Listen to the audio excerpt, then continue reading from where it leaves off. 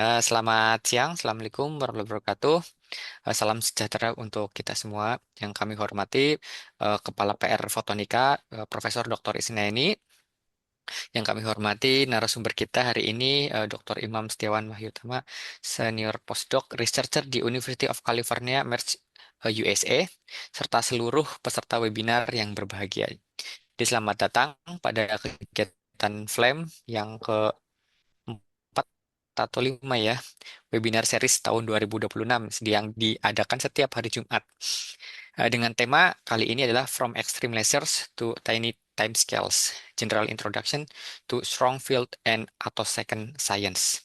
Jadi memang perkembangan teknologi laser ultrafast telah membuka peluang ya untuk mengamati dan memahami dinamika elektron serta interaksi cahaya dengan materi pada skala atosecond atau 10 pangkat minus 18 detik. Jadi rejim ini biasanya eh, sulit gitu untuk didapatkan pengamatan-pengamatan yang biasanya dilakukan menggunakan dengan eksperimen dengan simulasi mungkin bisa lebih dipahamin menjadi lebih baik. Jadi bidang ini tidak hanya memperluas batasan pengetahuan fundamental juga nanti bisa sebagai fondasi untuk aplikasi eh, berbagai aplikasi komunikasi ataupun material science di masa depan. Jadi pada kesempatan ini kita akan memperoleh pengenalan mengenai konsep-konsep dasar gitu ya tentang strong field science. Ya, kalau tidak salah ya Mas ya, strong field science dan atau Betul, second betul. science atau second laser dari seorang peneliti Indonesia yang aktif berkiprah di luar negeri, terutama di Amerika. Jadi tanpa berlama-lama, mari kita sambut narasumber kita, Dr. Imam Setiawan. Atau saya panggil aja Mas Imam ya. Kepada Mas Ya, Imam, kami persilahkan. Silakan Mas. ya, terima kasih atas undangannya untuk mengisi program namanya FLAM ya, FLAM webinar. Ntar ya saya mau share dulu, share-nya bentar. Whiteboard.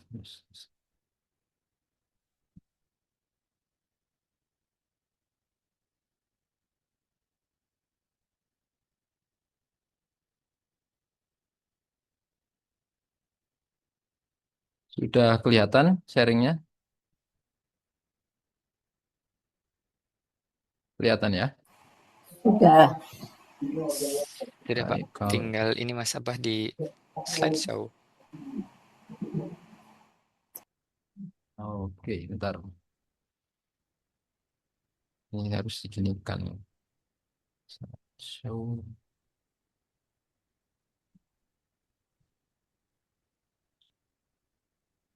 Ya, baik. Em, Ya, judul dari presentasi saya From Extreme Lasers to Tiny Time Scales. Nah, ini nanti selama presentasi ini sebenarnya meskipun saya teori dan simulasi, tapi nanti akan lumayan ada banyak porsi untuk eksperimen ya. Karena nanti ada 3 bab kurang lebih, ada 3 bab. Nanti setiap bab itu nanti akan saya kasih semacam pengenalan begitu konsepnya.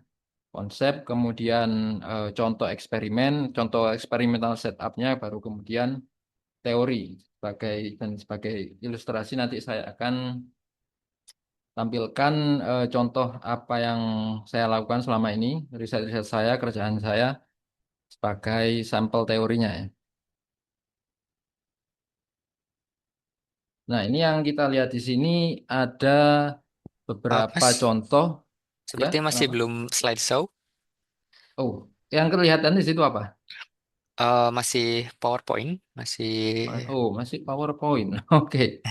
Ah, slideshow diklik terus kemudian yang start start from first slide yang sebelah iya, kiri. tadi Oh, sudah. sudah. Ntar ya. Saya Ya. coba share ulang mungkin.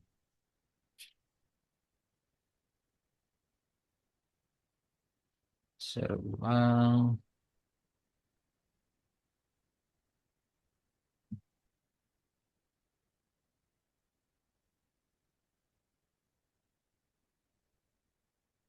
Kalau ini full screen udah atau masih belum? Ya, silakan Mas. Nah, ya nanti. Oke, baik, baik. Jadi yang kita lihat di sini ini ada beberapa contoh sumber cahaya yang bisa kita temukan di permukaan bumi ataupun yang telah dibuat oleh manusia ya.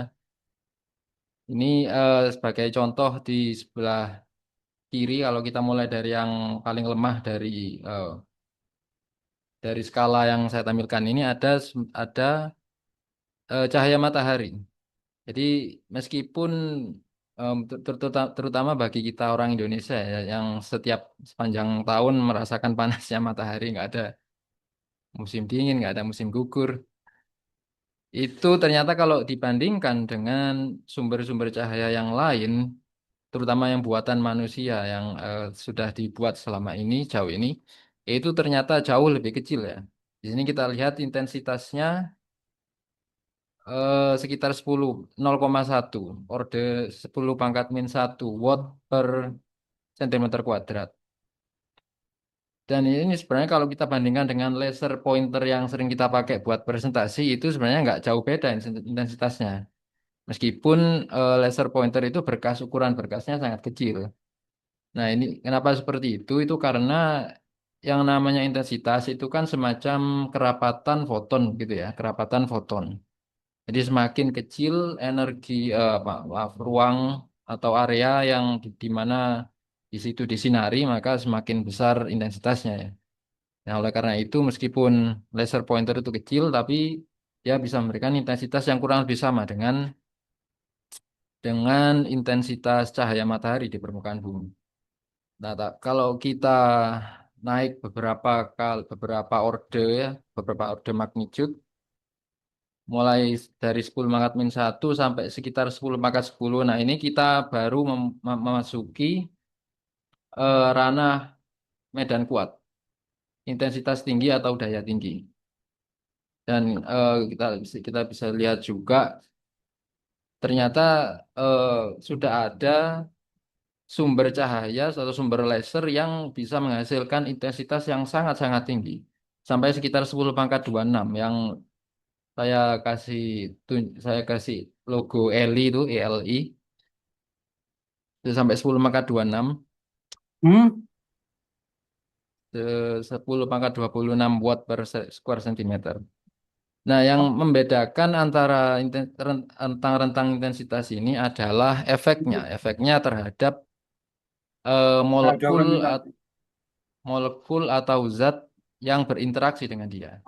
Sebagai contoh, kalau untuk intensitas sekitar 10 maka 25 sampai 26 gitu ya. Ini kita bisa lihat dia bisa memodifikasi struktur elektron di dalam materi, di dalam atom atau molekul dengan sangat signifikan. Dan saking besarnya, dia selain memodifikasi struktur elektron, dia juga mengakibatkan elektron yang ada di dalamnya bergerak secara relativistik. Tapi khusus untuk fisika medan kuat yang akan saya tampilkan, yang akan saya diskusikan di sini, ini kita nggak sampai ke sana. Jadi untuk rentang 10 pangkat 13, sekitar ya, 10 pangkat 13 sampai 10 pangkat 16 saja. Yang mana intensitas di situ sudah cukup kuat sangat cukup untuk memodifikasi struktur atom, struktur molekul, tapi tidak cukup kuat untuk menghasilkan elektron yang bergerak secara relativistik. Jadi strong field physics itu kadang juga disebut sebagai non relativistic strong field physics. Nah, ini contoh ya, bentar. Contoh sistem laser dengan daya tinggi, dengan daya yang sangat tinggi, daya output yang sangat tinggi. Ini eh, ada di salah satu grup riset waktu saya ada di Yana sana, saya tahunya dari sana. Namanya Polaris, singkatannya itu. Dia memiliki daya maksimal sampai 200 terawatt. Dan dengan daya seperti itu, dia bisa mencapai intensitas sampai 10 maka 21. Ini sudah masuk relativistik ya. Kemudian energi setiap pulsanya 17 joule. Ini kalau kita cari perbandingan begitu ya. Itu 17 joule itu setara energi yang dibutuhkan untuk mengangkat sebuah buah apel sejauh atau setinggi 17 meter. Mungkin bagi kita ini energi yang nggak terlalu besar ya, karena kita bisa pakai misalnya katrol gitu kan. 15 detik aja kira-kira mungkin udah sampai lebih dari 10 meter. Nah, tapi bayangkan, coba bayangkan energi yang sebesar atau mungkin sekecil itu ya, energi yang sekecil itu difokuskan, dikonsentrasikan di dalam sebuah area yang diameternya hanya sekitar beberapa mikrometer. Itu yaitu diameter area fokus pada umumnya. Dan dimampatkan dalam waktu sampai sekitar 10 pangkat minus 15 detik atau 1 femtosecond, 1 femtodetik. Nah, jadi energi yang 21 Joule ini meskipun bagi kita mungkin kecil tapi sangat-sangat besar untuk interaksi di dalam di skala atom atau di skala molekul. Balik lagi ke Polaris ya. Ini durasi pulsanya 100 femtodetik, kemudian apa lagi ya? Rate-nya repetition rate 1/50 Hz. Artinya setiap setiap pulsa itu terpisah 50 Hz. Maaf, 50 detik ya. Setiap pulsa terpisah 50 detik. Ini contoh yang kedua, ada yang namanya Eli yang saya sebutkan tadi. Kalau yang ini beda dengan Polaris karena dia sistem modelnya multi user. Jadi dia punya beberapa jenis laser begitu ya. 4 di antaranya saya tampilkan di sini. Kemudian nanti dia buka proposal call for proposal. Siapa yang mau pakai buat proposal dulu, dan siapapun setahu saya siapapun yang mau pakai bisa bisa ngumpulin proposal. Nah, kalau lolos nanti mereka kasih beam time buat buat eksperimen. Ya, dia terletak di Hungaria ya. Kota Zeka ini yang ada di sebelah kanan, foto sebelah kanan ini foto konferensi ATO 2009. Saya ada eh, kesempatan hadir di sana pada waktu itu.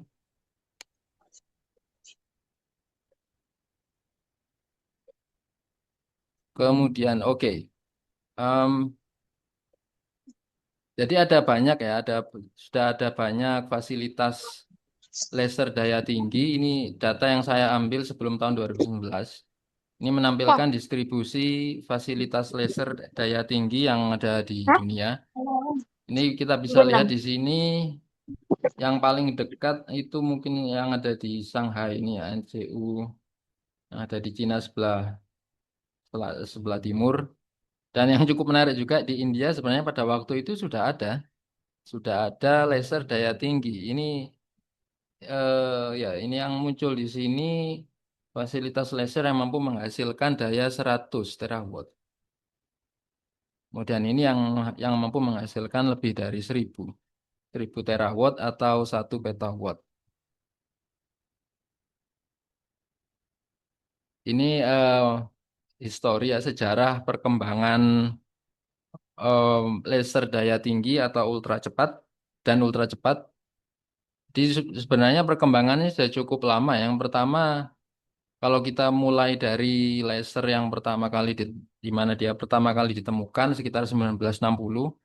Ini kalau kita lihat di kurva ini ya, ini semakin ke sini semakin kecil atau semakin pendek durasi pulsa yang bisa dihasilkan oleh beberapa sumber laser yang diciptakan oleh manusia.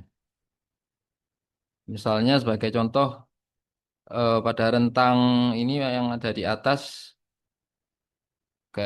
maaf, baris bagian atas ini dia hanya bisa menghasilkan intensitas sampai 10 pangkat sekitar 10 pangkat 11 watt per square centimeter.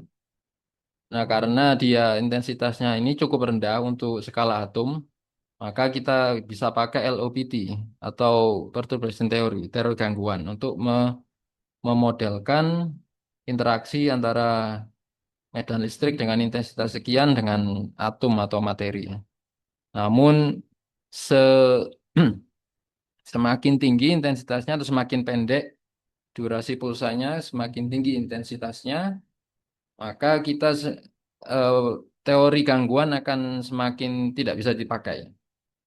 Nah, oleh karenanya ada beberapa pendekatan, ada beberapa model yang sudah dikembangkan begitu ya. Salah satunya adalah SFA ini, SFA Strong Field Approximation, di mana eh, kita mengabaikan efek dari molekul terhadap elektron yang terionisasi dan seterusnya. Ini, nah baru pada bagian yang paling bawah ini kita memasuki ranah sekitar sekitar tahun 2000-an ya, akhir atau awal 2000-an. Itu kita sudah bisa masuki ranah atau detik. Nah, pada rentang ini justru intensitasnya turun, tidak naik. Ini disebabkan karena pulsa cahaya yang memiliki eh, durasi atau detik ini sebenarnya adalah sumber sekunder, bukan sumber primer. Jadi dia dihasilkan oleh laser yang lain. Nanti kita akan bahas itu. Oleh karenanya intensitasnya rendah sehingga kita bisa balik lagi ke teori gangguan. Jauh ini sudah ada dua hadiah Nobel bidang fisika yang dianugerahkan pada pionir di bidang strong field physics dan attosecond dynamics tahun 2018 dan yang barusan saja tahun 2023. Yang 2023 ini khusus untuk atau detik ya, sains atau detik. Nah, kenapa sih orang-orang semacam cenderung berkompetisi untuk menghasilkan atau membuat laser yang bisa menghasilkan pulsa yang sangat pendek, durasi sangat pendek. Nah, itu karena kalau kita lihat dari sini ya, kita semakin ke kiri, ini menunjukkan skala waktu yang semakin pendek atau dinamika yang semakin cepat. Dan di ranah ini yang ada di sebelah kiri, bagian kiri dari grafik ini kita bisa lihat pada ranah tersebut ada molekul. Itu artinya skala waktu yang ada di dalam molekul, elektron-elektron yang bergerak di dalam molekul itu memiliki skala waktu atau detik. Nah, kalau kita ingin melihat atau memonitor gerak semacam itu, secepat itu, maka kita juga perlu probe yang berupa laser dalam hal ini, yang juga memiliki durasi yang sama atau skala waktu yang sama, kurang lebih sama, yaitu atau detik. Kalau terlalu panjang ya kita nggak bisa lihat, nggak bisa eh, mendapatkan apa istilahnya resolusi yang cukup di data eksperimen kita. Nah, kalau atau ketika sebuah laser daya tinggi berinteraksi dengan atom gitu, akan ada tiga proses utama yang terjadi. Yang sini utama maksudnya ya tiga proses ini memiliki kemungkinan terjadi yang sangat tinggi dibandingkan dengan proses-proses yang lain. Jadi yang pertama namanya strong field ionization (SFI). Ini mungkin yang paling apa ya, yang paling intuitif mungkin ya karena kalau yang namanya laser itu kan memiliki medan listrik dan medan magnet. Semakin kuat intensitasnya maka semakin besar amplitudo medan listriknya dan maka semakin kuat pula efeknya terhadap molekul atau elektron yang ada di dalam molekul sehingga pada suatu titik semakin kuat intensitasnya medan listriknya maka akan ada beberapa elektron yang terlepas ya. Jadi cukup cukup masuk akal lah yang SFI. Kemudian yang kedua, proses yang kedua namanya harmonic generation. Kalau di tahap ya atau maaf, proses yang pertama itu kan elektron diionisasi atau dilepaskan gitu ya. Tapi karena yang namanya medan listrik dari laser itu kan berosilasi. Pada suatu saat dia ke kiri, kemudian saat setengah periode berikutnya dia ke kanan kayak gitu. Nah, maka elektron yang tadinya terionisasi itu memiliki kemungkinan yang tidak nol untuk balik kembali menuju eh, ion awalnya atau molekul asalnya. Dan kalau dia kembali kemudian balik ke posisi awalnya, state awalnya, maka secara energi konservasi harus ada energi yang dilepaskan. Nah, energi yang dilepaskan ini biasanya dalam bentuk foton dengan energi tinggi, biasanya sampai XUV ya. Jadi tidak terlihat, XUV tidak terlihat. Dan proses ini dinamakan sebagai harmonic generation. Sebab nanti kita akan lihat kalau kita ukur spektrumnya, kita amati spektrumnya, maka kita akan lihat bahwa spektrum tersebut terdiri dari harmonik tinggi dari laser yang mengionisasi elektron tadi. Nah, yang ketiga ini yang ketiga kita fokus pada gerak partikel yang tidak terionisasi, yang tetap berada dalam dalam molekul atau atom. Nah, nanti akan kita lihat gerak elektron ini berada pada rentang atau detik. Nah, inilah sebabnya atau koneksinya ya, koneksi dari mana sih extreme laser dengan tiny time scale itu? Nah, ini koneksinya seperti ini. Jadi, extreme laser artinya laser dengan intensitas yang sangat ekstrim bisa menghasilkan atau menginduksi dinamika dengan skala waktu atau detik. Sekali lagi atau satu atau detik itu 10 pangkat minus 18 detik. Jadi sangat cepat, sangat-sangat cepat. Nah, ini tiga bab yang akan saya bahas. Ya, seperti yang saya sampaikan tadi, SFI itu ketika elektron terionisasi atau terlepas dari atom yang disebabkan oleh elektron atau laser medan kuatnya. Biasanya laser yang digunakan untuk mengionisasi itu memiliki panjang gelombang minimal ya, biasanya minimal 800 nanometer. Ya ada sih yang lebih kecil, lebih pendek dari tersebut ini 800 tapi jarang ya, jarang.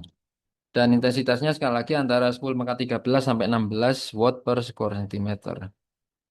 Nah, kalau kita hitung panjang gelombang 800 itu periodenya sekitar 2,6 femtodetik yang cukup dekat dengan skala waktu atau detik. Nah, ini kalau periodenya seperti ini ya, 2,6 femto, oh maaf, saya tadi ngomong hampir sama. Enggak ya, jadi periode 2,6 femtodetik ini sangat lama, sangat panjang kalau dibandingkan dengan skala waktu atau detik, skala waktu dinamika elektron yang ada di dalam molekul. Jadi karena ini kita bisa melakukan pendekatan adiabatik. Jadi seolah-olah apa ya? Medan listrik yang dihasilkan atau yang berinteraksi dengan elektron itu statis. Seolah-olah dia tidak berubah terhadap waktu. Karena saking pendeknya skala waktu skala waktu elektron relatif terhadap periode laser.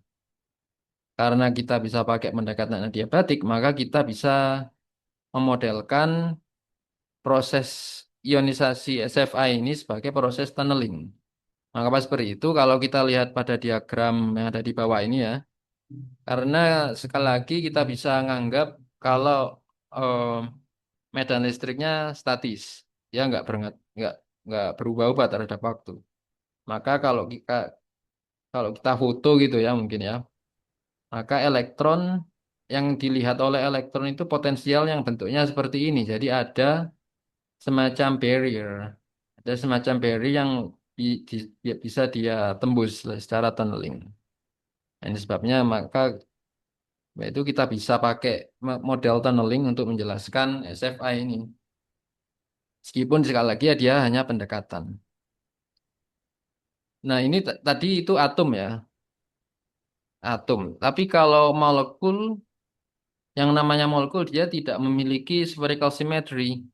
Artinya kalau kita coba hitung probabilitas ionisasi kemungkinan melepaskan elektron, itu pasti tergantung atau dia bergantung pada orientasi antara molekul tersebut dengan laser yang mengionisasi dia. Ini sebagai ilustrasi di sini ada molekul linier ya. Kemudian kalau misalnya lasernya polarisasinya berarah ke atas, misal, maka dia akan menemui inti klorin. Potensial ionisasinya sekian. Nah, kalau dibandingkan dengan misalnya kalau polarisasinya ke bawah, maka dia akan menemui inti hidrogen. Jadi beda ya itu apa? Lanskap potensialnya berbeda tergantung ke arah mana laser tersebut atau berosilasi. Nah, ini artinya juga probabilitas ionisasi tergantung atau sebagai merupakan fungsi orientasi antara polarisasi laser dengan si molekul tadi. Nah, ini saya kasih contoh skematik secara ini secara umum sebenarnya ya. Secara umum skematik eksperimen yang kalau misalnya kalau kita ingin melakukan pengukuran probabilitas ionisasi begitu sebagai fungsi orientasi, maka kurang lebih eksperimental setupnya kayak gini. Jadi di sini ada dua laser yang saya simbolkan L1 sama L2 ini.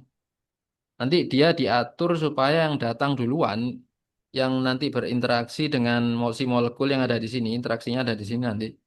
Itu dia diatur supaya yang datang L1 dulu. Karena L1 ini fungsinya adalah untuk apa ya, menyejajarkan molekul-molekul yang keluar dari sumber molekul di sini. Karena yang keluar dari sumber molekul atau molekul gun itu enggak dia berarah sembarang ya, enggak teralignment pada arah tertentu. Jadi kita perlu menyejajarkan mereka dulu pakai alignment beam yang intensitasnya rendah karena fungsinya hanya untuk menyejajarkan aja. Nggak, nggak boleh sampai memodifikasi struktur atomnya. Baru setelah beberapa femto itu biasanya barulah L2 yang merupakan laser kuatnya, laser intensitas tingginya yang akan mengionisasi.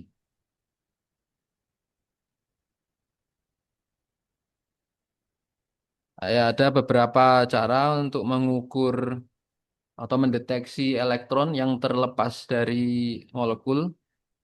Ada cold streams, ada VMI.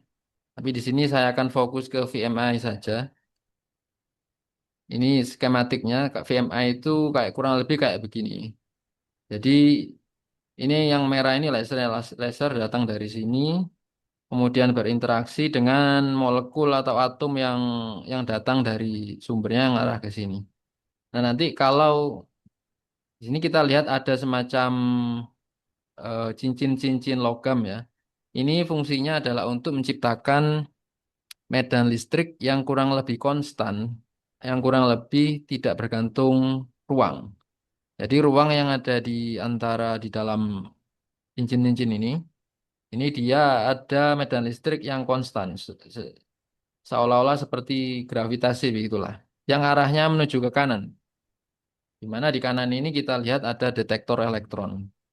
Jadi kalau ada elektron yang terlepas terionisasi di sini, maka dia akan terbawa ke sini ke arah MCB, detektor elektron. Jadi karena di sini konstan sebenarnya geraknya seperti gerak jatuh bebas di dalam medan gravitasi gitu ya. Nah, ini VMI itu cara kerjanya seperti itu. Terus kemudian kalau kita integralkan, kita jumlahkan titik-titik yang berwarna ini. Ini sebenarnya yang kita lihat di sini ini namanya apa ya?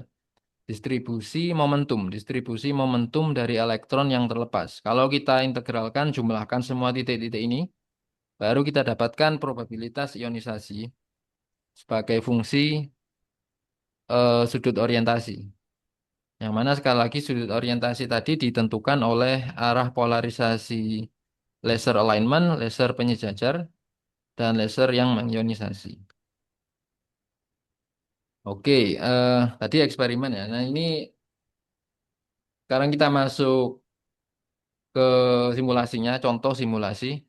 Jadi ada banyak sebenarnya sejauh ini sudah ada banyak cara atau banyak orang yang mencoba melakukan simulasi SFI dan mereka pakai bermacam-macam cara. Tapi secara garis besar cara-cara ini bisa dikelompokkan menjadi dua ya, yaitu mereka yang tidak bergantung waktu dan yang bergantung waktu. Tapi di sini saya akan kasih contoh yang salah satu yang tidak bergantung waktu ya karena WFAT karena ini kerjaan saya waktu postdoc di LSU dulu. Jadi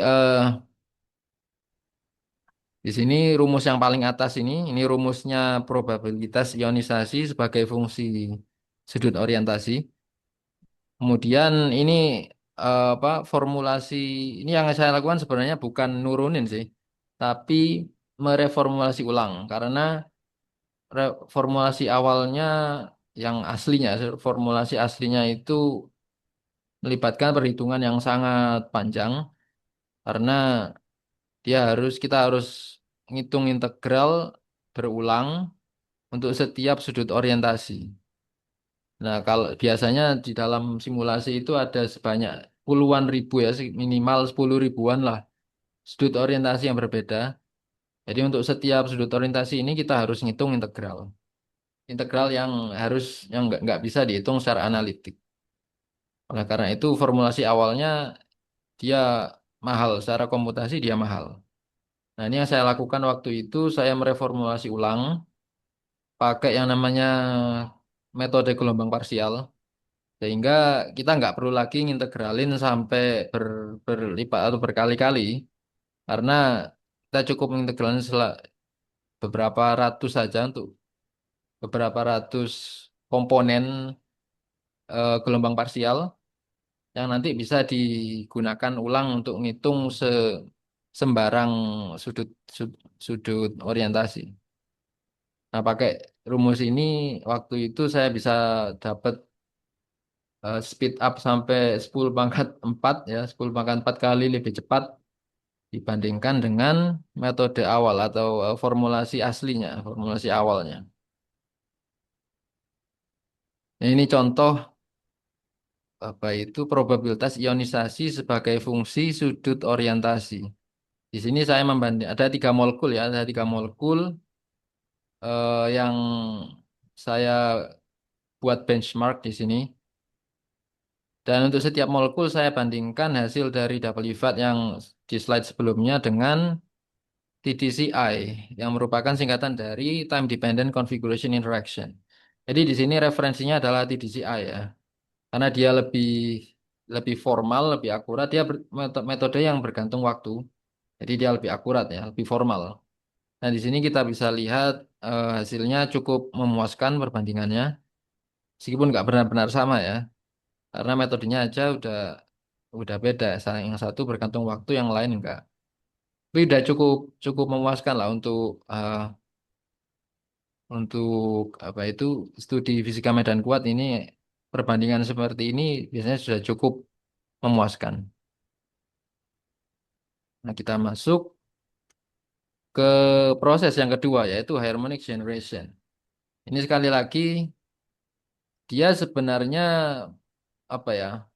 Percabangan dari proses yang pertama. Kalau proses yang pertama elektron yang dilepaskan nggak balik lagi, ya terbang terbang jauh gitu meninggalkan molekul parent ionnya. Tapi kalau HEG ini elektron yang terlepas tadi balik arah karena apa itu medan listriknya berosilasi, medan listrik laser berosilasi dan balik lagi ke dalam atom sembari melepaskan atau menghasilkan foton dengan energi yang sangat tinggi relatif terhadap kalau dibandingkan dengan energi laser yang mengionisasi dia. Ya, energi yang foton yang dihasilkan itu bisa sampai 50 sampai 100 elektron volt. Nah, itu sudah masuk ekstrim ultraviolet. Dan foton yang dipancarkan tadi itu miliki berbentuk pulsa ya, bukan continuous wave. Jadi pulsa juga seperti laser yang mengionisasi. Dan durasi pulsanya ini yang berada pada rentang atau detik. Nah, inilah ECG ini yang mendasari atau detik. Karena dia digunakan untuk menghasilkan sumber cahaya dengan durasi yang sangat pendek, durasi sekitar beberapa ratus atau detik, yang nantinya digunakan untuk me- menyelidiki atau melakukan eksperimen di mana kita melihat atau memonitor gerak gerak-gerak elektron di dalam molekul. Yang sekali lagi dia memiliki skala waktu atau detik. Ya, di sini Di dalam harmonic generation itu ada satu model yang cukup populer gitu ya, namanya three-step model. Dari namanya aja dia terdiri dari tiga tahap ya. Tunneling, ekskursi, kemudian rekombinasi. Yang tunneling itu ya ionisasi yang pertama tadi itu. Kemudian ekskursi, elektron yang terionisasi dibalik arahkan menuju molekul atau atom awalnya, dan tahap ketiga rekombinasi ini di mana foton harmonic generation terlepas atau dihasilkan. Nah, ini kalau kita ukur spektrumnya ya, kita ukur spektrum dari foton luaran ini, foton dari harmonic generation itu nanti bentuknya kurang lebih seperti ini. Ini bentuk spektrum yang seperti ini cukup, apa ya, cukup populer lah, cukup terkenal. Jadi setiap orang yang atau setiap peneliti di dunia atau second science itu tahu ini bentuknya kayak gini. Jadi pada apa itu beberapa puncak yang pertama atau harmonik ya, puncak-puncak ini namanya harmonik. Itu namanya daerah perturbatif, kemudian diikuti oleh plato yang mana eh, intensitas dari harmonik yang ada di dalamnya itu kurang lebih sama, konstan. Nah, itu namanya plato, kemudian diikuti oleh cut off. Nah, cut off ini eh, ya hilang ya, jadi selesai itu apa? Harmonic trainnya selesai. Ini jadi di sini nggak ada cahaya lagi, nggak ada ya nggak ada cahaya lagi. Dan di sini ada energi cut off. Di sini eh, apa ya? Memberikan kita estimasi di mana sih atau mulai energi berapa cut off itu terjadi. Dan ada rumusnya, ada rumus universalnya. Nggak akurat 100%, tapi cukup akurat untuk eksperimen. Ya, rumusnya seperti ini. Ini rumus dari energi cut off. Jadi mulai dari energi ini kita nggak bisa lagi lihat harmonik. Harmoniknya habis gitu. Nah, sini kita lihat semakin besar intensitas atau panjang gelombang laser driver, driving lasernya, maka akan semakin besar cut off energinya. Inilah sebabnya orang-orang suka pakai panjang gelombang 800 nanometer ke atas. Semakin panjang panjang gelombangnya, maka semakin besar cut off-nya dan semakin banyak harmonik maaf, semakin banyak harmonik yang didapat. Jadi semakin tinggi energinya. Justru semakin kalau drivernya semakin panjang panjang gelombangnya, maka outputnya nanti kita bisa dapat harmonik dengan panjang gelombang yang semakin pendek. Kayak gitu. Nah, ini contoh eksperimen ya. Kalau kita eh, ganti, kalau kita ubah intensitas driver, maka kita dapat seperti ini. Jadi kita lihat ya, semakin besar intensitasnya, maka cut off-nya akan semakin ke kanan. Gitu juga kalau kita ubah panjang gelombangnya ke arah yang lebih besar. Jadi semakin panjang panjang gelombang, maka kita lihat cut off-nya juga semakin ke kanan ya. Ini bentuknya sedikit berbeda, yang ada di sebelah kanan ini sedikit berbeda dari yang ada di atas. Ini biasanya kalau seperti ini mereka pakai filter buat eh, membuang apa itu harmonik harmonik rendah. Karena biasanya ya kita lebih tertarik ke harmonik tinggi, energi foton dengan energi tinggi. Jadi yang rendah dibuang aja pakai filter, biasanya kayak gitu. Oke, jadi harmonic generation itu merupakan sebuah proses nonlinear ya, karena laser atau cahaya yang dihasilkan itu memiliki warna yang berbeda dari warna cahaya yang masuk, laser yang masuk. Seperti yang kita lihat pada harmonik. Apa itu bentuk spektrum yang ada di slide sebelumnya. Dan kalau kita ingat-ingat konsep optika nonlinear itu kan kurang lebih seperti itu memang ya.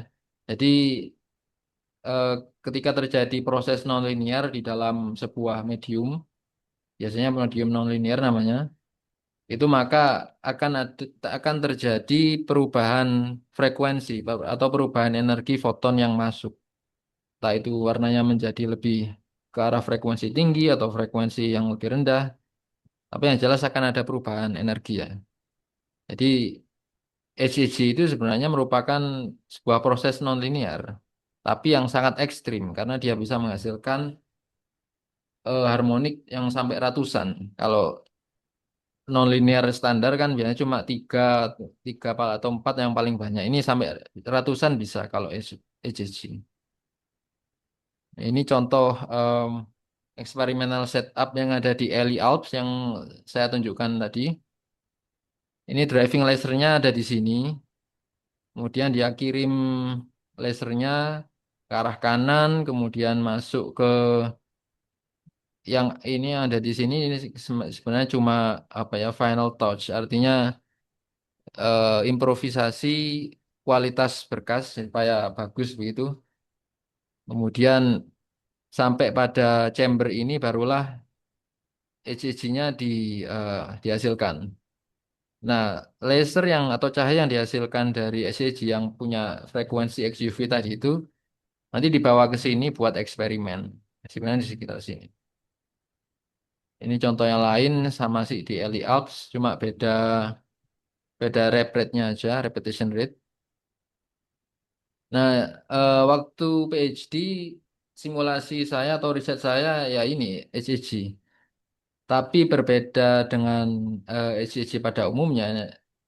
Ini tadi saya kasih tahu kan kalau apa itu spektrum ECG itu kurang lebih punya tiga tiga apa ya, tiga ranah atau tiga daerah.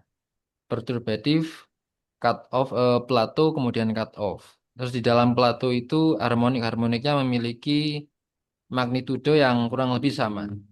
Nah, tapi ada pengecualian ya ternyata karena ketika ada resonansi yang terjadi selama harmonic generation itu maka akan ada satu atau beberapa harmonik di dalam cut off yang lebih kuat beberapa orde dibanding dengan harmonik di sekitarnya. Seperti ini yang ada di sebelah, yang ada di tengah ya. Dan ini sudah diamati secara eksperimen. Hanya saja pada waktu itu eh, belum ada teori yang atau simulasi yang secara apa ya, secara robust begitu mereproduksi atau menjelaskan mekanismenya, mekanisme resonansi ini kayak apa. Karena teori-teori yang ada pada waktu itu mereka langsung mengasumsikan dari awal bahwa mereka tahu state mana yang beresonansi, yang menghasilkan harmonik yang kuat ini yang ada di tengah-tengah ini. Ya artinya mereka nggak model yang seperti itu tidak bisa menjelaskan mekanismenya, mekanisme bagaimana kedua state tadi itu mendapatkan populasinya ya nggak? Karena sejak awal mereka sudah ada state tersebut sudah masuk ke teorinya. Nah di em, riset PhD saya pakai metode bergantung waktu yang namanya TD, time dependent case SCF. Ini kurang lebih seperti inilah itu ya apa rumus-rumusnya. Nah, kemudian kalau kita hitung eh, spektrum hasil simulasi dari eh, dari manganis atom karena resonansi ini biasanya terjadi pada atom-atom eh, transisi, transition element.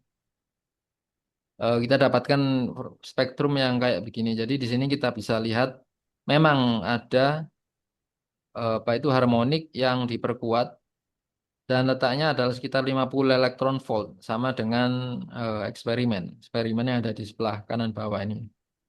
Dan pakai metode ini juga waktu itu kami berhasil menjelaskan ya mencari penjelasan mekanismenya bagaimana dua keadaan yang beresonansi ini dapat populasi, dapat elektron karena statnya kan ground state ya, statnya ground state. Kemudian kita coba jelaskan bagaimana elektron yang ada di ground state itu naik ke dua keadaan yang beresonansi. Baik, pada bab yang terakhir ini kita fokusnya pada partikel yang tetap berada di dalam molekul ya, yang nggak terionisasi atau yang tidak mengalami harmonic generation. Nah, kalau kita bayangkan sebuah atom begitu ya, sebuah atom berdiri sendiri begitu di ruang, dia tidak berinteraksi dengan apapun, dengan laser ataupun dengan partikel lain, enggak. Jadi dia berdiri sendiri begitu. Nah, kalau pada waktu itu dia berada pada salah satu eh, energi stasioner atau keadaan stasioner, maka evolusinya terhadap waktu bisa dibilang trivial, ya enggak? Karena kebergantungannya terhadap waktu cuma lewat ini, apa itu faktor eksponensial kompleks. Kenapa trivial? Karena kalau kita coba hitung awan elektronnya, apa density, elektron density-nya, maka elektron density tersebut tidak akan punya kebergantungan terhadap waktu ya enggak? Karena si kompleks eksponensial faktor ini akan hilang, akan tercancel dengan kompleks konjugatnya. Nah, ini oleh sebab itu apa itu dinamikanya bisa dibilang trivial karena nggak ada dinamika sama sekali. Nah, baru ketika dia berinteraksi dengan zat lain atau laser begitu, kita tahu dari bab satu dan bab 2 akan ada SFI atau EJG yang terjadi. Nah, dari sini elektron yang terlepas tadi itu, atau lebih tepatnya elektron-elektron yang ditinggalkan oleh elektron yang terenisasi, itu akan berada pada keadaan yang tidak stasioner. Artinya dia bukan eigenstate dari Hamiltonian terbentuk. Nah, keadaan yang seperti itu memiliki dinamika yang tidak trivial. Jadi kebergantungannya terhadap waktu nggak lagi seperti yang di awal tadi. Sekarang dia apa itu kalau kita hitung awan elektronnya, dia bergantung waktu juga. Awan elektronnya berubah, berfluktuasi terhadap waktu. Nah, skala waktu fluktuasi ini atau detik. Skala waktunya atau detik. Nah, ini beberapa ada beberapa cara ya untuk sebenarnya kalau kita bandingkan dengan proses yang pertama dan kedua, itu proses yang ketiga ini yang paling sulit mengamati untuk diamati. Karena kita tidak bisa secara langsung begitu, misalnya kasih kamera untuk merekam dinamikanya begitu, itu nggak seperti itu kayak. Kalau yang proses yang pertama tadi kita bisa mengukur elektron yang atau mendeteksi elektron yang terlepas. Kalau di proses yang kedua kita bisa mengukur spektrum ya enggak. Tapi kalau di proses yang ketiga ini kita nggak bisa seperti itu. Kita tidak bisa melakukan pengukuran atau pengamatan secara langsung. Hanya secara kita bisa melakukan pengamatan secara tidak langsung. Nah, ini salah satu caranya adalah menggunakan yang namanya harmonic spektroskopi. Ya, jadi kita ada proses harmonik yang terlibat, proses yang kedua tadi itu, yang digunakan untuk mengukur dirinya sendiri. Jadi ada elektron yang terlepas tadi itu ya, kemudian balik arah dan rekombinasi lagi. Nah, pada saat rekombinasi dan melepaskan foton, itu sebenarnya foton yang terlepas ini mengandung informasi terkait dinamika yang telah terjadi di dalam molekul yang selama ini ditinggalkan oleh elektron tadi itu, elektron yang terionisasi. Nah, ini kan teknik indirect ya, tidak langsung.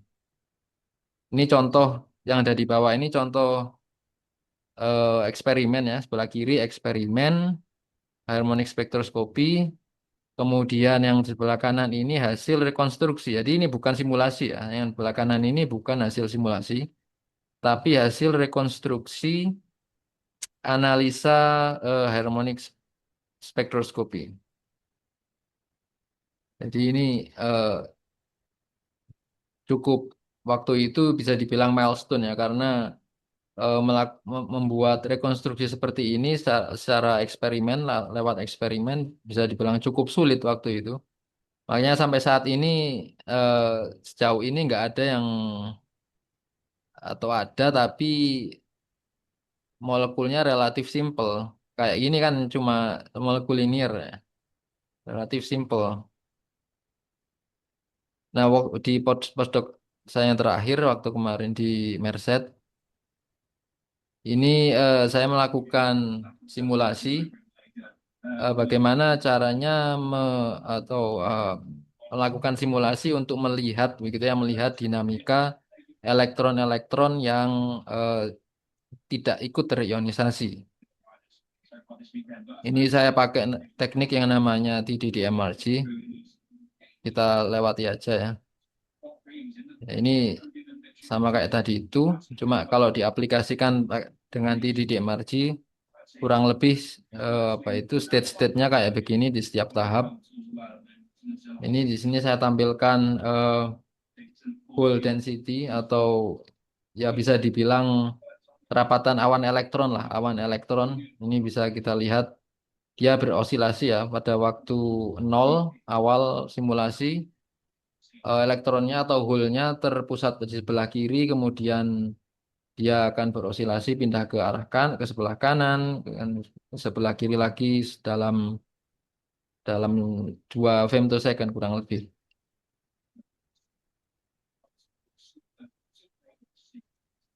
Nah, bahasan yang saya tampilkan di atas itu hanya berlaku pada fase gas ya. Jadi untuk emitter yang berupa gas dan driving laser berupa cahaya klasik. Tapi di luar itu sebenarnya sudah banyak sekali jenis-jenis eksperimen strong field physics dan aerosecond science. Ada yang HCG dari zat padat, ada dari liquid ya, ada dari nanopartikel, ada juga yang nggak pakai cahaya klasik tapi pakai cahaya kuantum. Artinya laser atau foton yang digunakan untuk berinteraksi untuk mengionisasi elektron dalam atom itu nggak lagi apa ya, bukan lagi potensial, tapi sudah harus dimodelkan secara kuantum. Jadi dia memiliki state sendiri, quantum state sendiri, punya foton statistik dan seterusnya. Oh ya, ini jadi komunitas atau detik itu atau second science itu punya satu konferensi yang bisa dibilang flagshipnya begitulah. Konferensi flagship komunitas satu detik yang diselenggarakan kurang lebih setiap 2 tahun sekali. Nah, tahun episode yang berikutnya ini akan diadakan di California, Amerika Serikat pada tahun 2027 bulan Juli. Jadi ya mungkin kalau ada yang berminat silakan cari aja atau XI atau yang ke-11 begitu. Ya, baik. Saya kira sekian ya. Berapa menit ini? Sekian presentasi dari saya. Terima kasih. Baik, terima kasih Mas Imam atas presentasinya. Wah, tidak terasa sejam ini semuanya ilmu semua ini. Wah, tahan dulu Bapak Ibu. Jika ada pertanyaan, Bapak Ibu bisa menuliskan pertanyaan di kolom chat. Dapat juga Bapak Ibu bisa raise hand untuk melakukan pertanyaan kepada narasumber kita. Ini kalau di Pusat Riset Fotonika sendiri sebenarnya ada beberapa laser juga, Mas. Cuman ya kita Iya, ya. baru ada ya femtosecond laser, nanosecond laser gitu. Sebetulnya tadi setup yang tadi Mas tampilkan gitu ya ada femtosecond laser menggunakan 800 nanometer gitu, terus kemudian topaz, kemudian kita pakai Hmm. NDR juga gitu. Hampir komponen utamanya sebenarnya sudah ada sih gitu. Tinggal ilmunya kita nggak Iya. punya. Ya semoga Kalau nanti boleh bisa tahu kerjasama. apa Ya, mereknya apa, brandnya apa, atau buat sendiri? yang apa itu? Oke, Yang enggak. femto second Untuk laser. femtosecond laser kita, hmm, femtosecond laser kita mereknya dari Spectra Physics, yaitu Oh kode iya. alatnya namanya Spitfire. Hah? Spitfire 800 nanometer, 100 femtosecond di 1 kilohertz gitu. Dan dia kami juga Satu kok ukir dilengkapi referensinya topas 1 kilohertz judulnya ya. gitu. Hmm. Betul. Tuh, Untuk dan ya dayanya, ini daya kira-kira maksimalnya berapa? Kalau conference. boleh tahu. Oh baik, daya maksimalnya 6,5 watt, 6 watt, sekitar 6 watt. 6 watt itu kayaknya Sek- daya rata-rata kayaknya ya, bukan daya maksimal. Betul, average. Kalau Oh, average powernya 6 watt, sekitar 6 eh, milijoule. Untuk Untuk maksimum daya berapa ya? Berapa Mas Iwan? Ada Nggak ide nggak? Kalau maksimum, saya belum pernah nggak ada di spesifikasinya, Kayaknya spek mili laser. joule ya Mas ya? Energi. milijoule, iya. Energi. Oh, energi milijoule. Energi, Oke. Energi. Ah, energinya di Iya. milijoule, di 6 milijoule. Iya. oke. Kalau misal, Berarti bisa iya, dihitung lewat itu sih, lewat kalau kita jadi tahu energinya kan ya, tahu energi terus durasinya berapa berapa frame tuh? 100 repetisi Oke, untuk eh, ya pulse bisa width. dihitung lewat Ya, situ. Oke, oke. Nah, iya, ya menarik.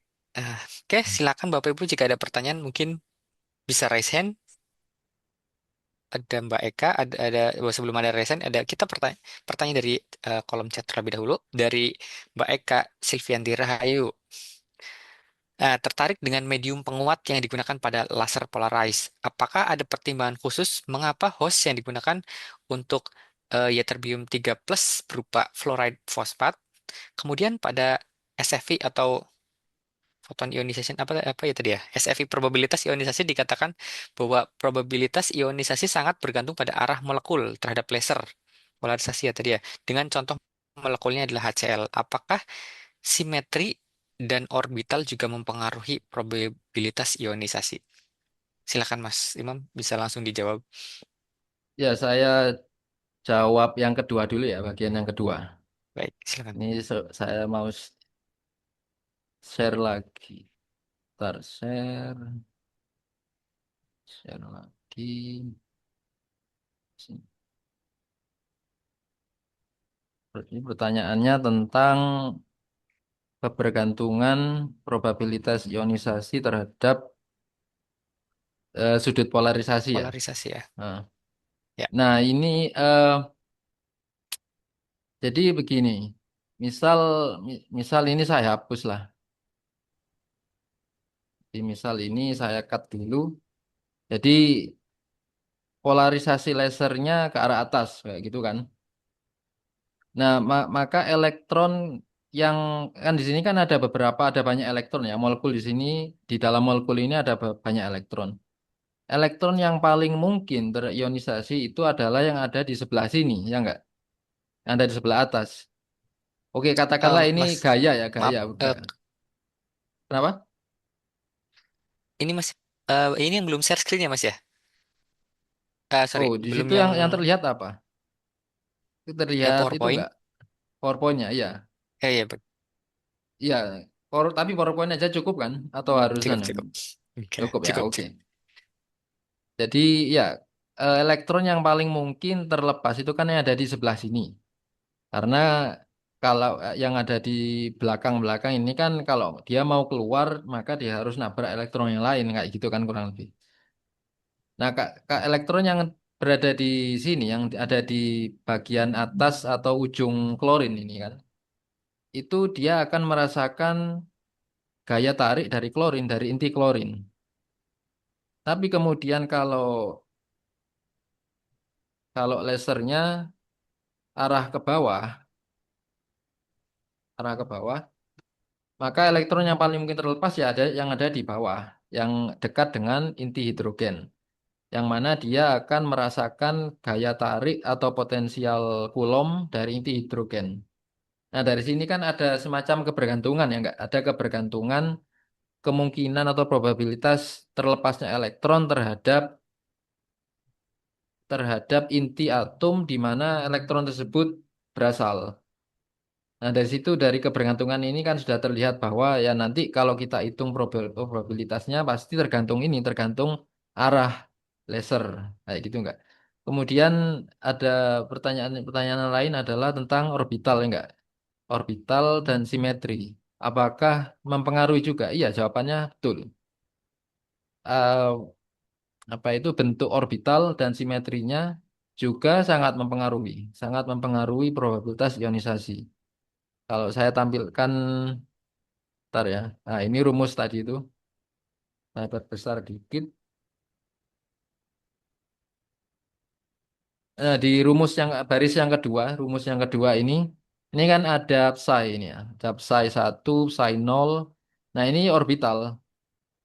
Ya, jadi orbital juga ikut berpengaruh ke besar probabilitas ionisasi. Nah, itu saya rasa jawaban saya untuk bagian yang kedua ya. Kemudian bagian yang pertama tentang polaris. Polaris mana tadi tuh? Ya ini. Nah, ini sebenarnya eh, saya cuma nyatut aja sih dari sumber dari websitenya Polaris, mediumnya apa? Dan saya ternyata mediumnya ini fluorid fosfat dengan doping ini. Saya tapi saya nggak apa itu nggak mempelajari lebih dalam mengapa pakai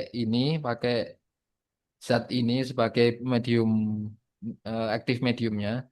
Tapi biasanya pertimbangan yang dipakai atau yang dipakai untuk menentukan gain medium itu yang pertama central wavelength. Targetnya berapa? Target panjang gelombang laser outputnya cahaya yang keluar berapa? Karena setiap gain medium punya bandwidth sendiri.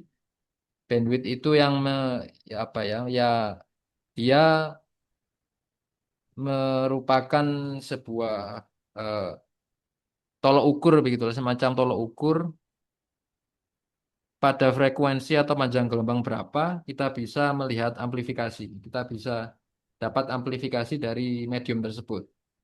Misal ya, ini contoh, gain mediumnya punya bandwidth antara 800 nanometer, maaf, 500 nanometer sampai 800 nanometer begitu ya.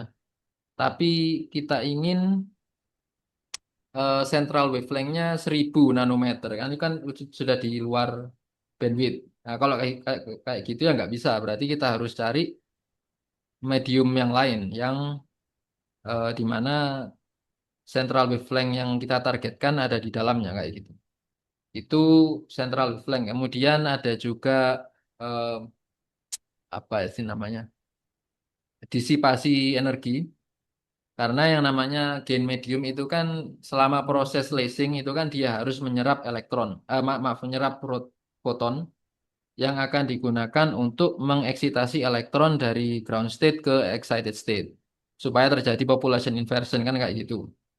Nah, nanti elektron yang ada di excited state ini turun balik lagi ke keadaan awal atau keadaan yang lebih rendah sembari melepaskan foton yang menjadi laser nanti ya enggak. Hanya saja nggak semuanya seperti itu, nggak semua elektron yang turun menghasilkan maaf, menghasilkan energi berupa foton. Karena sebagian energi yang lain dikonversi menjadi panas. Jadi semakin banyak eksitasinya, maka biasanya gain medium itu semakin panas.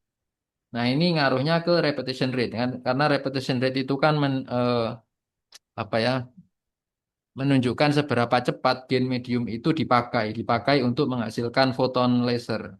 Semakin sering dipakai, artinya semakin besar rep rate-nya, maka dia akan semakin cepat panas.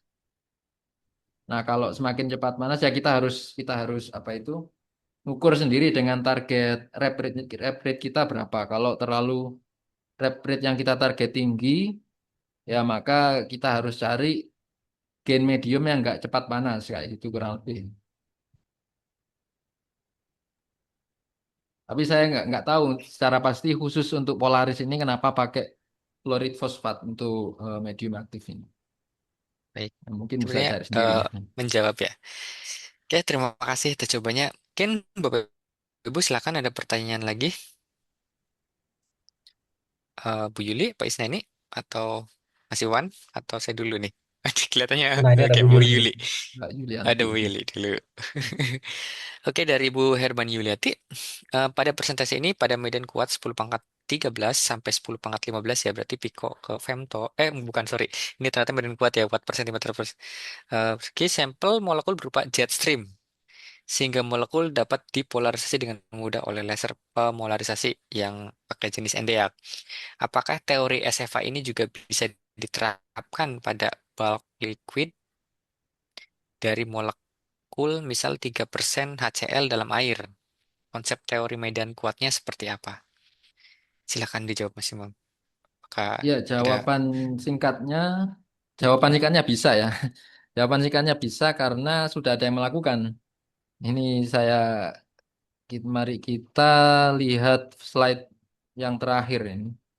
Nah, di sini kan ada contoh harmonic generation. Oh, maaf. Ini SFI. Ya, oke, SFI.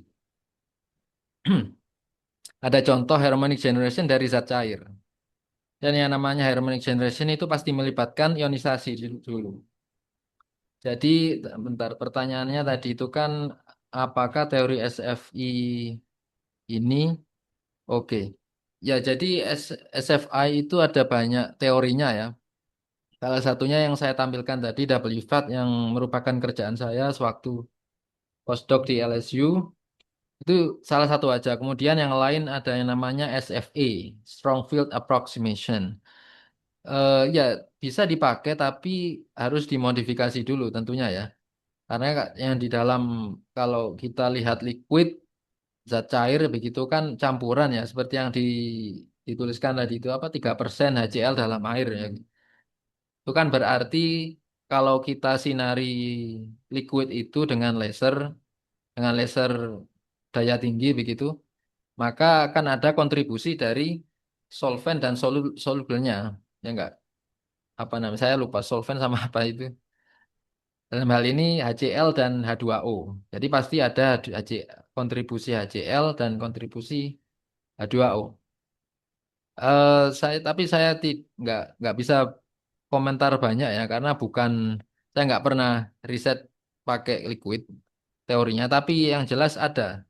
Ini nggak kalau jenengan cari ini di Google gitu, itu biasanya dapat orang yang namanya Hans Jakob Werner itu dia salah satu salah satu pionir lah bisa dibilang pionir dalam bidang harmonic generation dan SFI dari zat cair.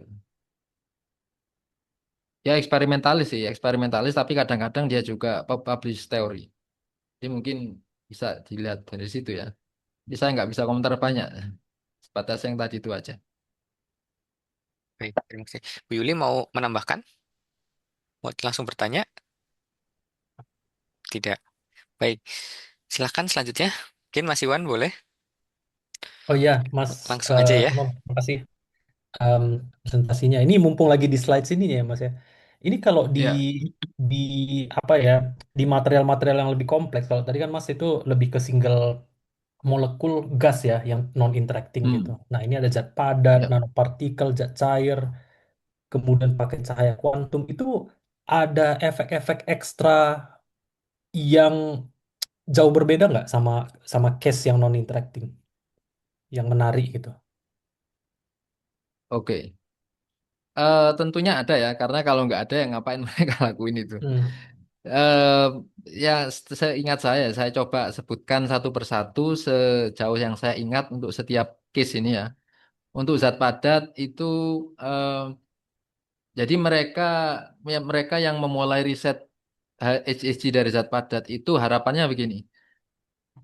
Di dalam satu volume yang sama, kalau kita bandingkan zat padat sama gas, itu kan zat padat mengandung lebih banyak partikel ya enggak? Atau senyawanya lebih banyak begitu. Semakin banyak senyawanya, maka semakin banyak emiternya, maka semakin terang mestinya ya harapannya semakin terang atau semakin tinggi kecerahan HEG yang dikeluarkan, foton HEG yang dihasilkan. Itu jadi semacam apa ya, ultimate goal dari riset HEG dari zat padat. Meskipun pada kenyataannya, pada praktisnya, nggak semudah itu ternyata karena semakin banyak zat atau semakin banyak emitter, maka akan semakin banyak absorbernya juga. Jadi ya memang betul semakin cerah atau semakin banyak foton yang dihasilkan, tapi akan semakin banyak juga molekul atau senyawa yang nantinya akan menyerap foton yang baru saja dihasilkan itu.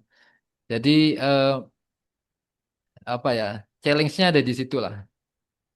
Jadi harapannya memang ultimate goal-nya adalah menghasilkan ECG yang cerah, yang sangat tinggi intensitasnya, ya bukan sangat mungkin, tapi tinggi terhadap ECG relatif terhadap ECG dari gas. Kemudian kalau dari zat cair, ini saya agak lupa, saya coba ingat-ingat dulu.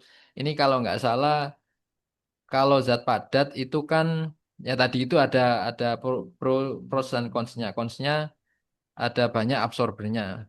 Kalau zat cair ini mungkin ya mungkin karena zat padat seperti itu tadi dengan kelemahannya, mungkin mereka ngira kalau pakai zat cair dengan kerapatan yang lebih rendah kalau dibandingkan zat padat, mungkin efek absorbernya bisa berkurang relatif terhadap efek amplification-nya yang disebabkan oleh banyaknya emitter.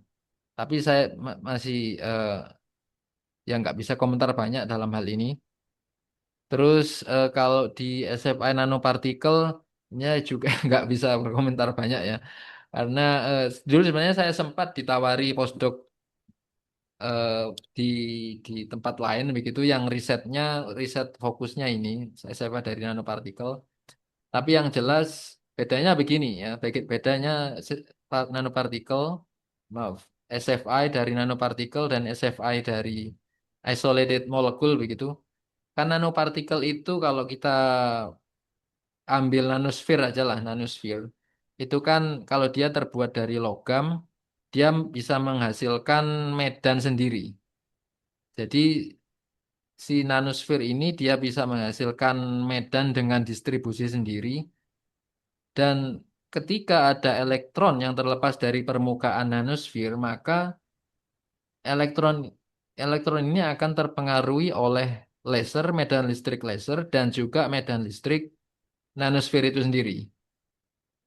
Dan ya mungkin mereka yang mereka cari bagaimana sih pengaruhnya apakah ada aspek yang bisa kita manfaatkan begitu mungkin kayak gitu ya dari interaksi antara medan medan nanosfer itu sendiri dan medan listrik laser.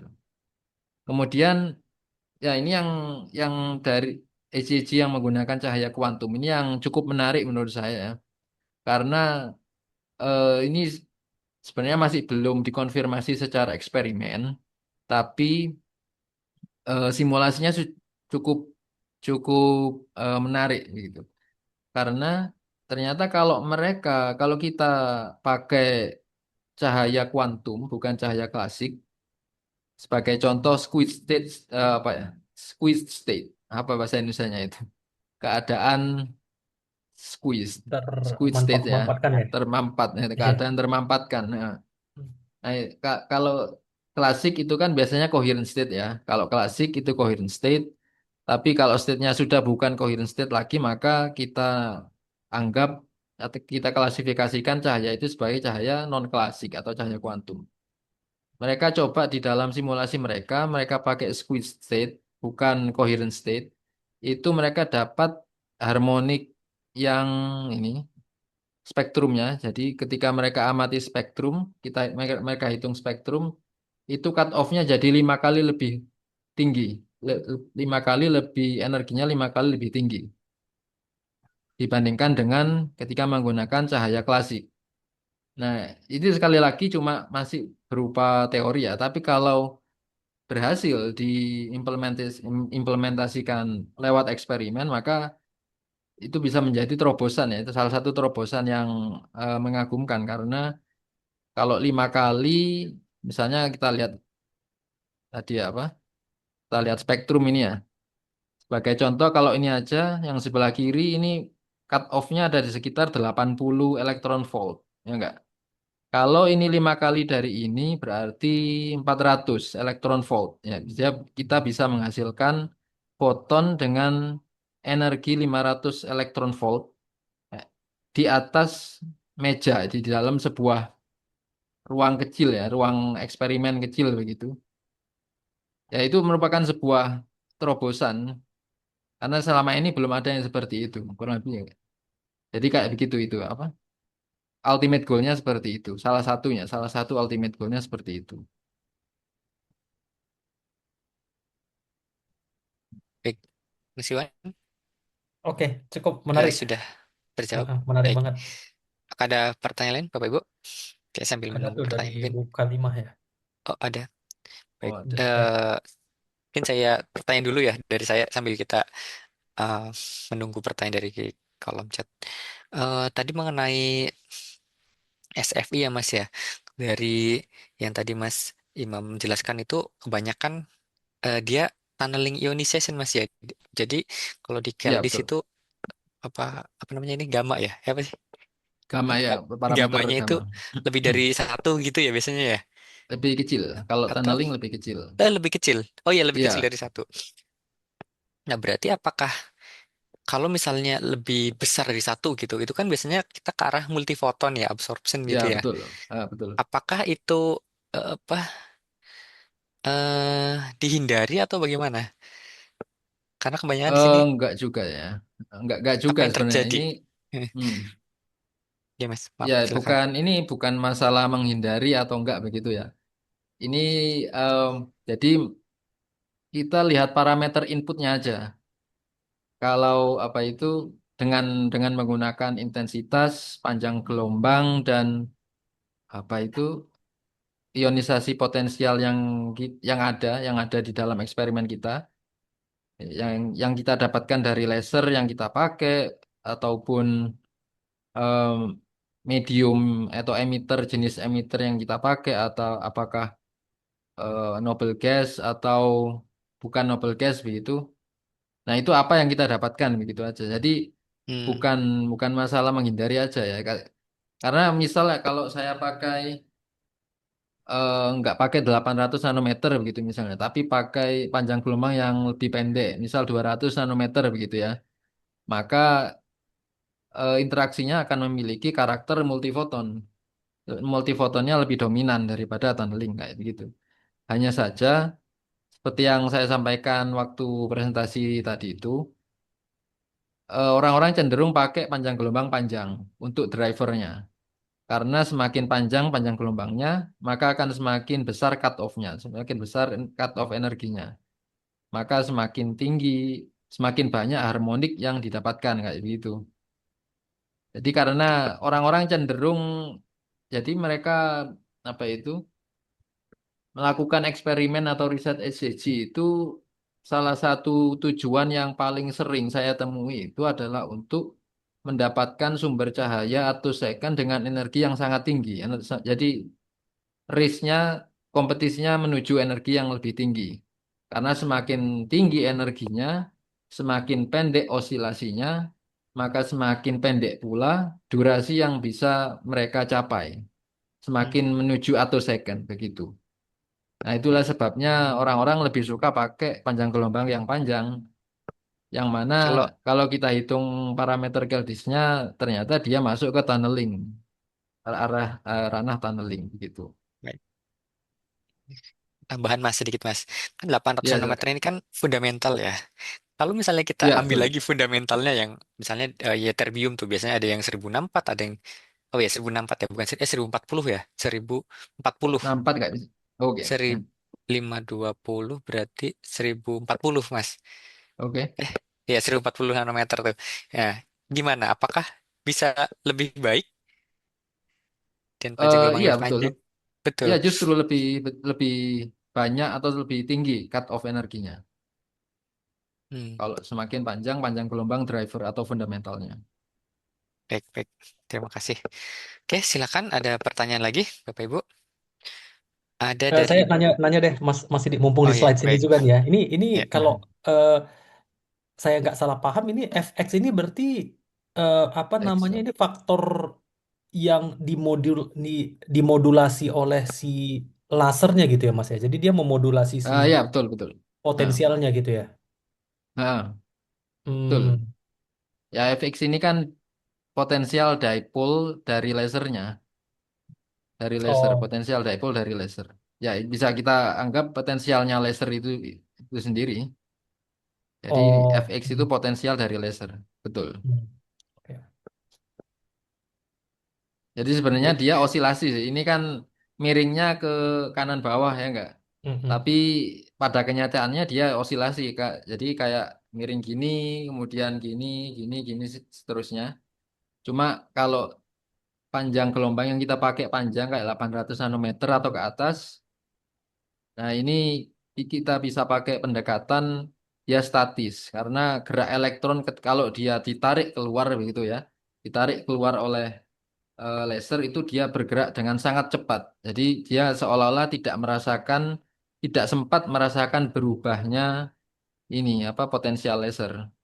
Jadi seolah-olah dia statis, lasernya seolah-olah statis begitu. Oke. Ada pertanyaan itu Mas Ya, Sidik ada dari pertanyaan ya. Bu Kita Kalimah dari IPS jawaban nih kita sebelumnya. baca dulu dari Ibu Kalimah. Oke, pertanyaannya adalah apakah ada pengontrol beberapa state energi tertentu pada molekul yang dipakai? Mengontrol state ya, yang mengontrol state ya berarti kontrolnya cuma kita kita sendiri, kita mau pakai molekul molekul jenis apa kayak gitu aja. Karena state itu kan sifat dari molekul ya, dari atom atau molekul itu. Kita tidak bisa mengubahnya. Jadi kalau kita ingin state atau energi dengan distribusi yang lain begitu ya, ya kita tinggal ganti aja, kita tinggal cari molekul dengan state dengan energi yang kita inginkan meskipun nggak ada jaminan kita bisa mendapatkan molekul seperti itu. eh Ya mungkin ya saya nggak pernah lihat atau menemukan riset yang seperti ini. Mungkin saja kalau kita taruh molekul itu di medan listrik statis, maka akan ada efek, dia akan merasakan Stark effect. Nah, Stark effect itu kan bisa memisah state atau menggeser state, bisa menggeser energinya. Ya mungkin itu bisa dianggap sebagai sebuah kontrol terhadap energi energi level dari atom yang ada di eksperimen kita begitu ya. Tapi selain itu apa ya? Saya nggak kepikiran. Oke, tapi mungkin itu bisa dianggap sebagai kontrol maksudnya. Kalau itu yang Hmm, dimaksud. apa mungkin selektif itu ya? Selektif state energi ya? Eh, Oh mungkin begitu. ya saya juga mungkin ya Pak ya saya juga. Apakah bisa memilih energi state Hmm. tertentu gitu untuk ketika eksitasi atau pas tapi saya soalnya kalau kalau melihat dari eh, gambar ini apa energi ini apakah apakah mungkin ya state dari molekulnya Ya, yang keberapa gitu mungkin Pak. oke. Kalau masalah kontrol yang seperti itu, saya memang pernah lihat ada eksperimen atau riset yang seperti itu. Jadi dia yang mereka kontrol itu adalah state awalnya. State awal sebelum elektron itu terionisasi atau mengalami harmonic generation. Salah satu caranya dengan mengeksitasi. Jadi ada dua laser, ada lebih dari satu laser yang digunakan. Laser yang pertama yang resonan, artinya dia memiliki energi yang match, yang cocok dengan atau yang sama dengan energi transisi atau beda energi yang kita inginkan. Hmm, Jadi dia bisa mengeksitasi elektron dari ground state menuju excited state yang kita inginkan kayak gitu. Kemudian laser yang kedua baru yang digunakan untuk melakukan eksperimen medan kuat entah itu untuk SFI atau ECG ya, kayak gitu. Jadi ya arah yang seperti itu juga memungkinkan dan sudah pernah dilakukan juga. baik Pak Ya terima pakai kasih lebih dari satu semoga laser. Nah. semoga menjawab Saya selective Bapak Ibu. state, bukan pengontrol state. Oh, Selective selective state ya state. Bu ya. Oke. Ya. Ya baik terima kasih Bu atas pertanyaannya. Oke, baik silakan jika ada pertanyaan. Oke, kalau kita ambil nunggu pertanyaan, saya nanya lagi boleh ya? Apa kalau di atas second itu kenal dengan filamentation tidak ya atau self focusing gitu? Saya kalau misalkan interaksi laser gitu dengan solid state, kadang solid state gitu, kadang di liquid muncul tuh si self focusing tuh yang kalau saya sih sendiri lebih rasa itu mengganggu gitu ya karena perhitungan Hmm. intensitas itu jadi nggak valid, bukan nggak valid, nggak presisi lagi gitu. Dimodifikasi. Iya, Pakai rumus termodifikasi rumus yang nih. beda. Iya, kalau di atasnya kan laser mungkin ada. Gimana ada ini nggak? Tentunya ada ya maksudnya eh, efek self focusing itu pasti terjadi, ya enggak? Karena eh, apa itu laser yang kita gunakan untuk menghasilkan entah itu SFI atau ECG itu kan memiliki intensitas yang sangat tinggi. Sementara kita tahu semakin tinggi intensitas maka semakin kuat efek nonlinear kan kayak gitu enggak?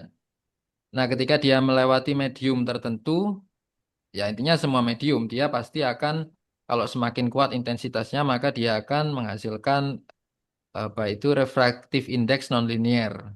Nah, refractive index nonlinear inilah yang menyebabkan self focusing ya enggak? Karena dia menciptakan lensanya sendiri dan lensa itu yang terbentuk dari refractive index yang telah termodifikasi oleh efek nonlinear kan kayak gitu. Nah, ini kan ini pastinya terjadi juga di dalam proses SFI atau harmonic generation. Karena kita butuh maaf, kita butuh medium ya. Kita butuh medium, ya emitter yang saya maksud tadi itu. Emitter itu kan berupa medium. Nah, jadi ya memang ada efek dari self focusing untuk untuk menghasilkan harmonic generation sebagai contoh kayak gitu. Dan efeknya Baik, biasanya baik, ngaruh terima ke kasih. phase matchingnya sih, phase matching. Karena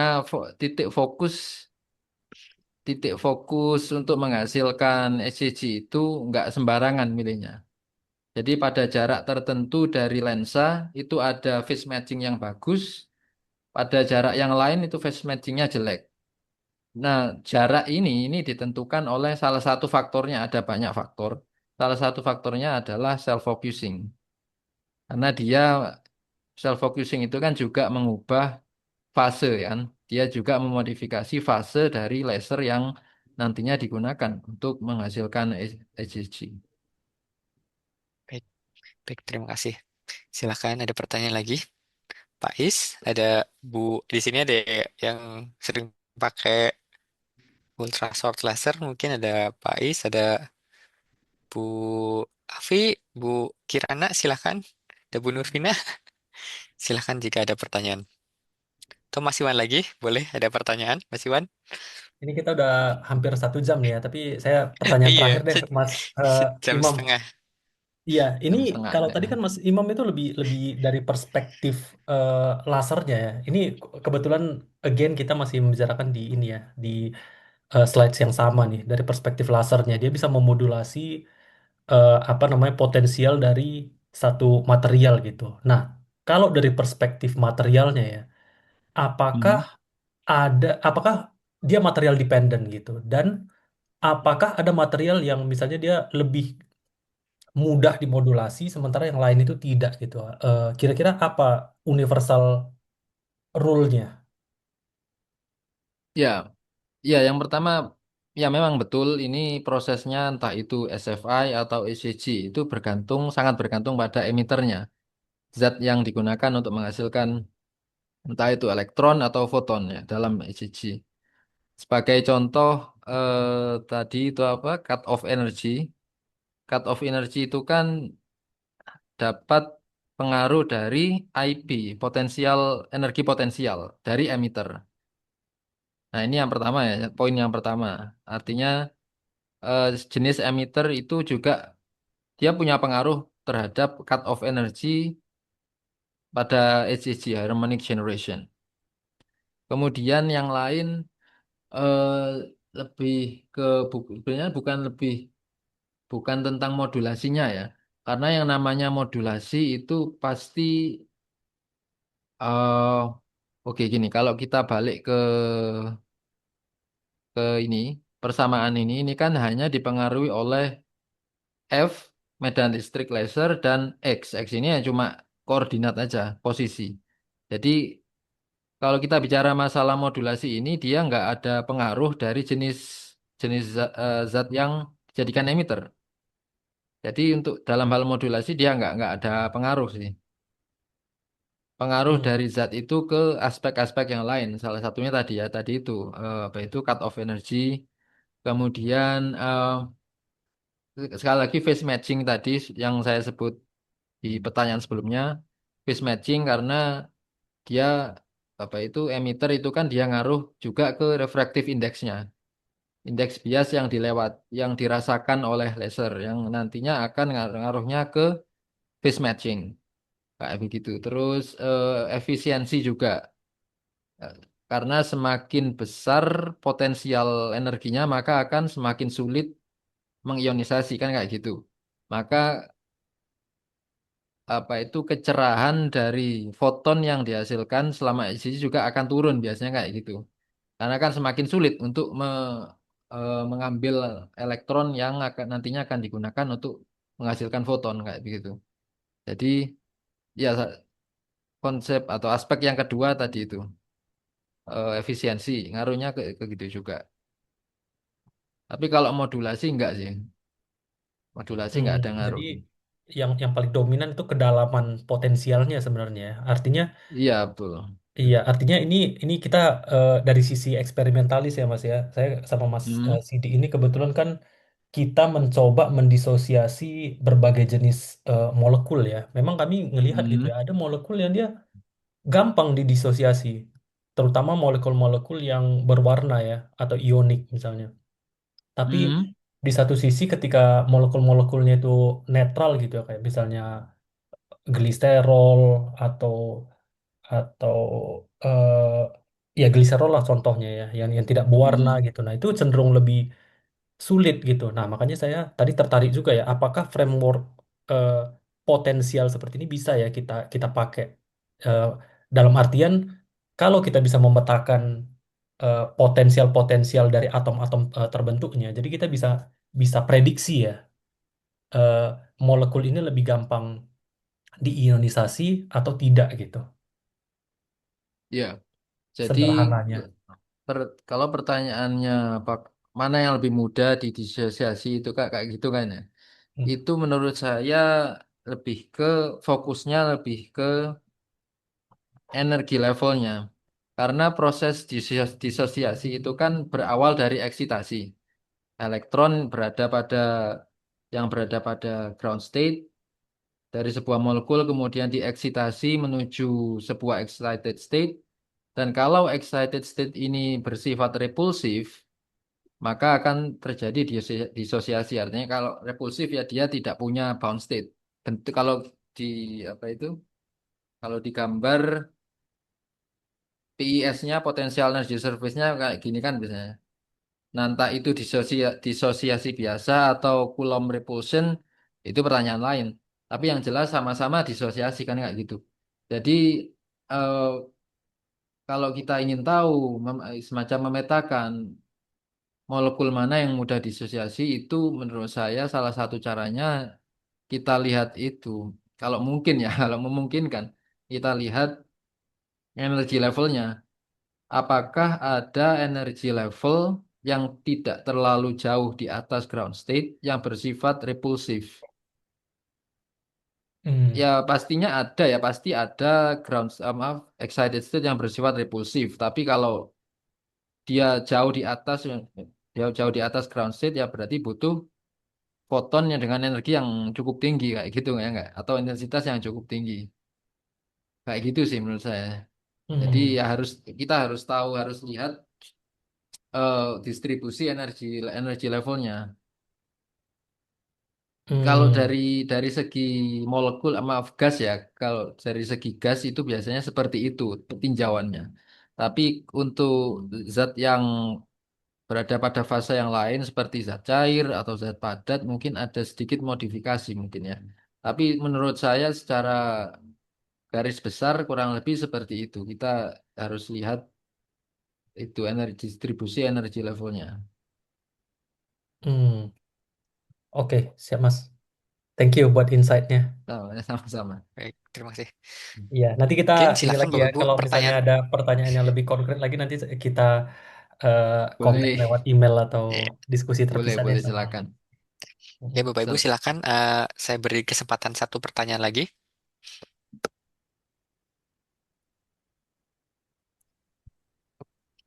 Oke, jika tidak ada, mungkin Pak Isna ini ada kalimat penutup karena tadi kita langsung membuka dan Pak pembukaan dari Pak Is ada kalimat penutupan sebelum kita tutup acara Flame pada sore hari ini. Pais lagi meeting yang lain kayaknya nih, Mas Fitri. Oh, Pais lagi meeting yang lain. Baiklah kalau Iya. begitu. Mungkin kalau tidak ada pertanyaan kita izin tutup ya, Bapak Ibu. Jadi, oke, saya coba cek ada pertanyaan lagi. Tidak ada pertanyaan baik. Oke, terima kasih pada Mas Imam gitu atas pemaparan yang sangat menarik dan mencerahkan mengenai perkembangan strong field ionization dan atau second science di eh, pusat riset fotonika pada sore hari ini. Jadi kesimpulannya atau take home message-nya kita telah memperoleh gambaran bagaimana medan laser gitu ya berintensitas tinggi memungkinkan adanya eksplorasi dinamis elektron pada waktu yang sangat-sangat singkat di 10 pangkat min 18 hingga 10 15 second hingga dapat membuka perspektif dalam fisika modern dan sains ultra cepat dalam skala atomik. Kami juga ucapkan terima kasih kepada Bapak Ibu yang sudah hadir pada sore hari ini. Semoga diskusi hari ini dapat memperluas wawasan dan bermanfaat untuk kita semua. Serta mungkin bagi Bapak Ibu yang cocok gitu ya nanti bisa membangun kolaborasi ya Mas Imam ya. Nanti barangkali ada yang menghubungi, tolong Semoga nanti saya kita bisa bisa. membantu itu. Insya Allah bisa membantu. Bisa berkolaborasi gitu jangka panjang dan penelitian lanjut di bidang sains, laser, fotonik, atau fisika fundamental lainnya. Oke, jadi dengan demikian berakhir kegiatan Flame pada sore hari ini. Eh, Sampai jumpa pada kegiatan Flame selanjutnya. Terima kasih atas perhatian dan partisipasinya. Mohon maaf jika ada kesalahan. Saya izin tutup. Ini saya live, saya end apa enggak ya? Ya, saya izin tutup. Iya. Eh, Selamat sore. Assalamualaikum Ya. warahmatullahi wabarakatuh.